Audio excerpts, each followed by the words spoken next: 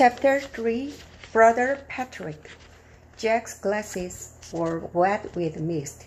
He quickly wiped them, then looked up. A man in a brown robe stood before him. The man had a round red face. He was bald, except for a fringe of hair around his head. Nearby, the rope was tied around a tree.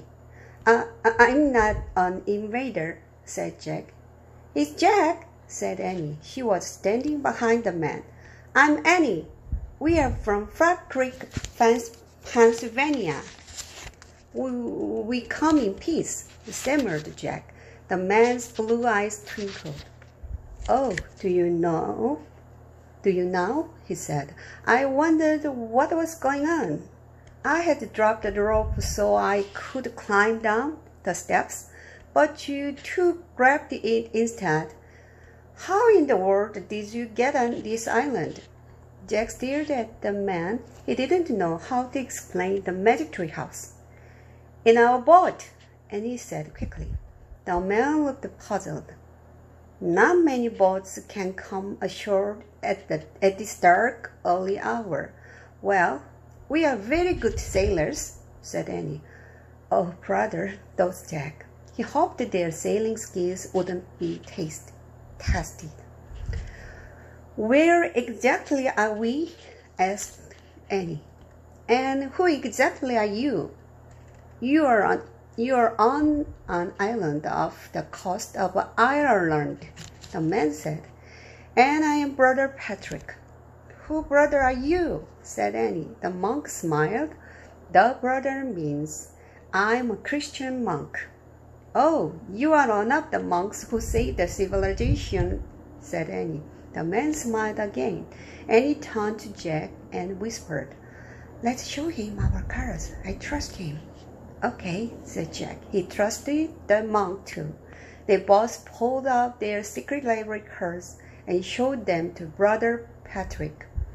The M's and L's for Master Librarian shined in the gray light. The monk looked at them and bowed his head. Welcome, my friends, he said. Thank you, said Jack and Annie. I did not truly think you were invaders, and Brother Patrick, but on our small island, we are careful of strangers. Why? Said Annie. There are terrible stories about the Viking raiders, he said. When we see their serpent ships, we must hide or be taken as slaves. Serpent ships, said Jack.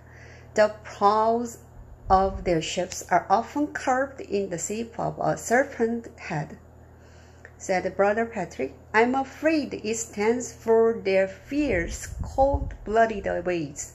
Jack looked at the mist-gray sea. Do not worry, said Brother Patrick.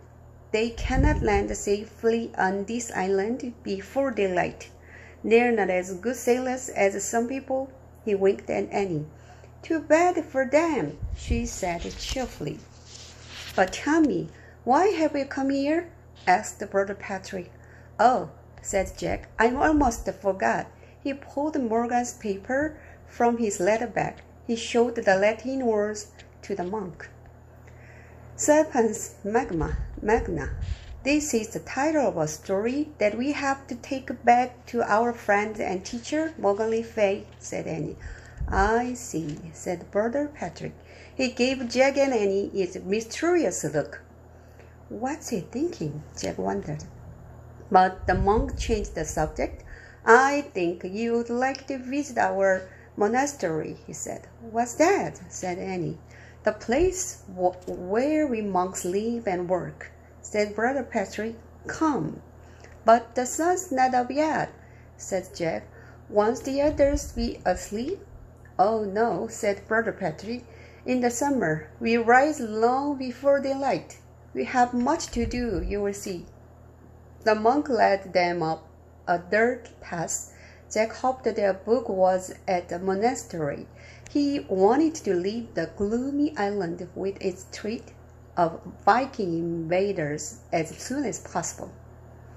A low bell started to ring.